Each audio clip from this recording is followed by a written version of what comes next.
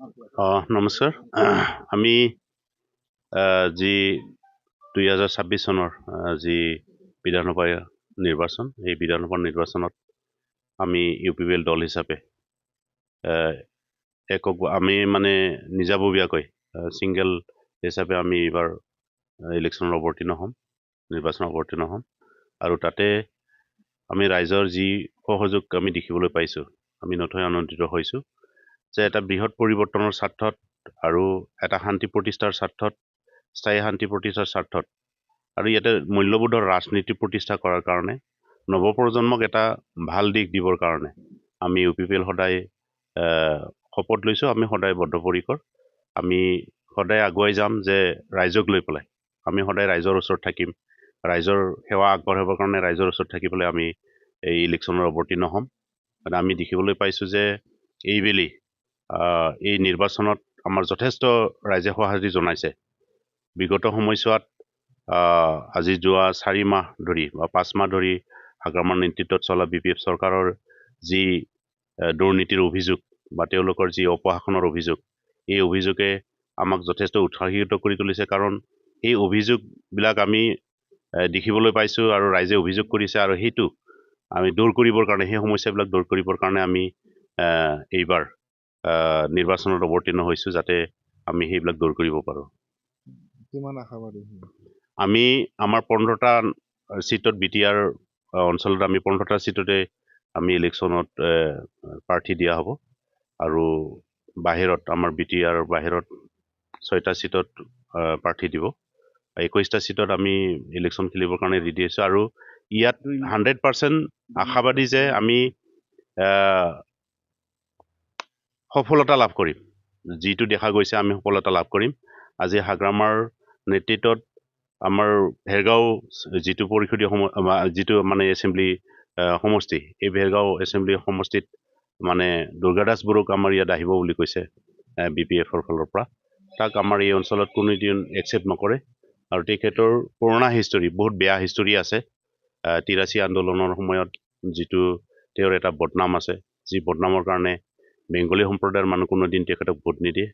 আৰু 1989ত আমাৰ বড়োসকলৰ মাজত হোৱা যি অত্যাচাৰ আছিলে, সেইটো সময়তো তেখেতৰ এটা বদনাম আছে। কাৰণ তেখেতে আমাৰ লগত কোনো ধৰণৰ, তেখেতে মিনিষ্টাৰ হৈ থকাৰ সময়তো আমাৰ এই অঞ্চলৰ ৰাইজৰ দুখ দুখীৰ কথা কোনোদিন খবৰ নল'লে।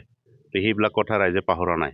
আৰু আটাইতকৈ দুৰ্ভাগ্যজনক কথা, দুৰ্গাদাস বড়োৱে এটা কথা ওলাইছে, মই মিডিয়াত দেখিবলৈ পাইছোঁ, ওদালগুৰি সমষ্টিত, আমাৰ এছেম্বলি সমষ্টিত দীপেন বড়োক যেতিয়া টিকেট প্ৰদান কৰা হ'ল, তেখেতে এটা কৈছে যে দীপেন বড়োক বিশেষ এটা সম্প্ৰদায়ৰ বাহিৰে কোনেও ভোট নিদিয়ে বুলি পেলাই কৈছে। কোনটো সম্প্ৰদায়ৰ কথা তেখেতে ক'ব বিচাৰিছে? তেখেতে কোন সম্প্ৰদায়ৰ মানুহ, আৰু তেখেতৰ লগত কোন সম্প্ৰদায় আছে? দীপেন বড়োক কোন বিশেষ সম্প্ৰদায় বুলি পেলাই ইণ্ডিকেট কৰিব বিচাৰে? বড়োসকল কি বিশেষ এটা সম্প্ৰদায় মাথো নেকি? তেওঁক মই ক'ব বিচাৰিছোঁ, তেখেতে কোন সম্প্ৰদায়ৰ মানুহ? তেখেতৰ দুটা উপাধি আছে। আমি তেনেকুৱা উপাধি মাইকী মানুহৰ মানে হেৰিতহে দেখা পাওঁ, চাৰ্টিফিকেটত দেখা পাওঁ, যে কাৰোবাৰ লগত বিয়া হৈ গ'লে, বড়োৱে দাসৰ লগত বিয়া হৈ গ'লে বড়ো দাস, দাস বড়ো তেনেকুৱা দেখিবলৈ পাওঁ। তেখেতে কাৰ লগত বিয়া হৈ গৈছে? মানে আমি সেইটোহে কুৱেশ্যন কৰিব বিচাৰিছোঁ। তেখেতৰ মানে দাস বড়ো, মানে তেখেতে দাসৰ লগত বিয়া হৈছে নে বড়োৰ লগত বিয়া হৈছে আমি নাজানো। আৰু তেখেতৰ লগত কোন সম্প্ৰদায় আছে, এই কথাটো স্পষ্ট কৰিলে ভাল হয়। ইতিমধ্যে ভেৰগাঁও সমষ্টি হ'ল ST সমষ্টি, তেখেতে দাস বড়োৰ কাৰণে ভেৰগাঁও সমষ্টিৰ মানুহে ভোট নিদিব নেকি? আমি সেইটো নহয়, তেখেতৰ মানে যিটো ব্যক্তিত্ব, এই ব্যক্তিত্বত আমি মানে খুঁত থকাটো আমি দেখিবলৈ পাইছোঁ। আৰু তেখেতক কোনোপধ্যে একচেপ্ট নকৰে, কাৰণ তেখেতে গুৱাহাটীত থাকে।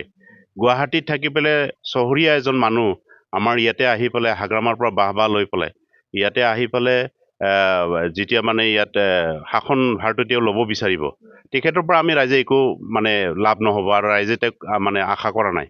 আৰু আটাইতকৈ ডাঙৰ কথা হৈছে কি, BPFৰ কাৰণে দুৰ্ভাগ্যজনক ঘটনা হৈছে, কিবা কাৰণত যদি তেখেতে ইয়াতে টিকেট পায়, যদি প্ৰাৰ্থিত্ব পাই পেলাই যদি তেওঁ ইয়াতে MLA খেলে, ভৱিষ্যতে কিবা কাৰণত যদি তেওঁ জিকি যায়, তেতিয়াহ'লে ভৱিষ্যতে BPFৰ যি অস্তিত্ব, PP লিডাৰসকলৰ যি অস্তিত্ব, সেইটো নিশেষ হৈ যাব। কাৰণ আমি জানো যে এই অঞ্চলত BLTৰ পৰা বহুত মানে ছেক্ৰিফাইচ কৰা লোক আছে, এপছৰ পৰা ছেক্ৰিফাইচ কৰা লোক আছে।